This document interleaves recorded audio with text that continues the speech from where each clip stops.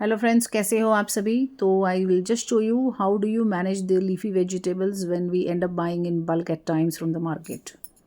तो चलिए देखते हैं। तो ये मैं थोड़े ज़्यादा लीफी वेजिटेबल्स लेके आ गई थी। चकोता, जिसको हम बथुआ कहते हैं हिंदी में, और मेथी, पालक। अब इतना सारा लेके आ गए, काट के तो रख लिया, लेकिन उसको मेंटेन करना है, वॉश करके रखना है। तो ये मेरा एक छोटा सा एरिया है टेरेस पे, जहाँ पे हम कपड़े वगैरह धोते हैं।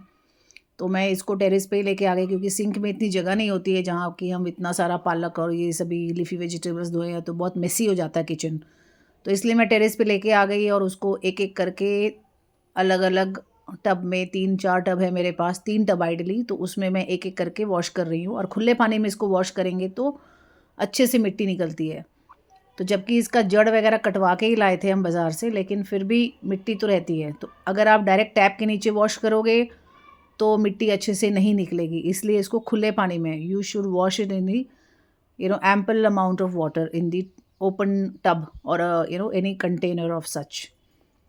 तो मैं एक एक करके एक एक वेजिटेबल्स, जो ये जैसे पालक है, तो पहले पालक को 3 बार धोया, फिर मेथी को 3 बार धोया, फिर बथुए को 3 बार धोया। तो ऐसे ऐसे करके हम अलग अलग चांस वाइज हर वेजिटेबल्स को, और इतने सारे हो गए थे कि मुझे संभालने का टेंशन था कि इसको करना क्या है। तो पहले तो इसको वॉश करना सबसे बड़ा पेनफुल वर्क है, which took about half an hour for me to clean properly in the bucket, in the tub.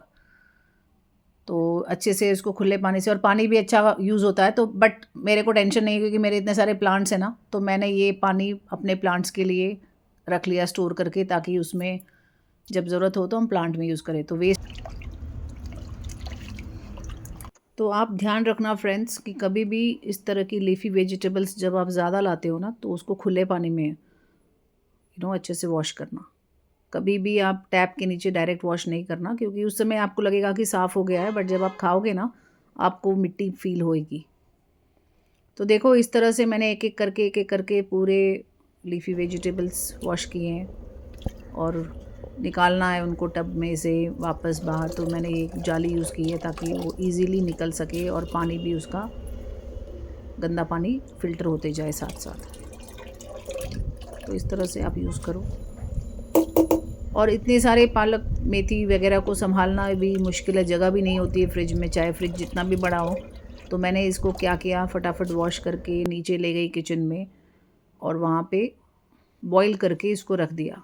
तो फ्रीज़र में जब बॉईल करेंगे तो इसकी क्वांटिटी कम हो जाती है। कुछ भी नहीं डालना है बॉईल करने के टाइम, सिर्फ मैंने पानी और ये पालक मेथी वगैरह इकट्ठे बॉईल कर लिए। ये आप देख रहे होगे ना, ये क्या कर रही हूँ मैं। ये एक्चुअली प्याज के जब छिलके, मैं जब ज़्यादा क्वांटिटी में निकालती हूँ ना छिलके जो भी, तो मैं उसको पानी में सोख करके छोड़ देती हूँ 5-6 दिन के लिए। ये सबसे बेस्ट मैन्योर है प्लांट्स के लिए, तो वो एक खाद का काम करती है। तो बस मैं इसी तरह से अपने प्लांट्स को थोड़ा इस तरह का फर्टिलाइज़र बोलो या मैन्योर बोलो, वो देती रहती हूँ।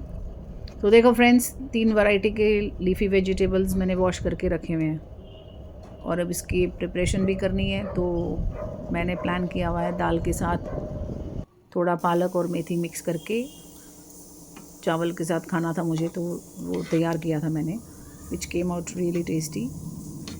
और बाकी को मैंने बॉईल करके फ्रिज में रख लिए थे। तो इस तरह से आप लीफी वेजिटेबल्स को हैंडल करो फ्रेंड्स। फिर मिलेंगे अगली वीडियो में।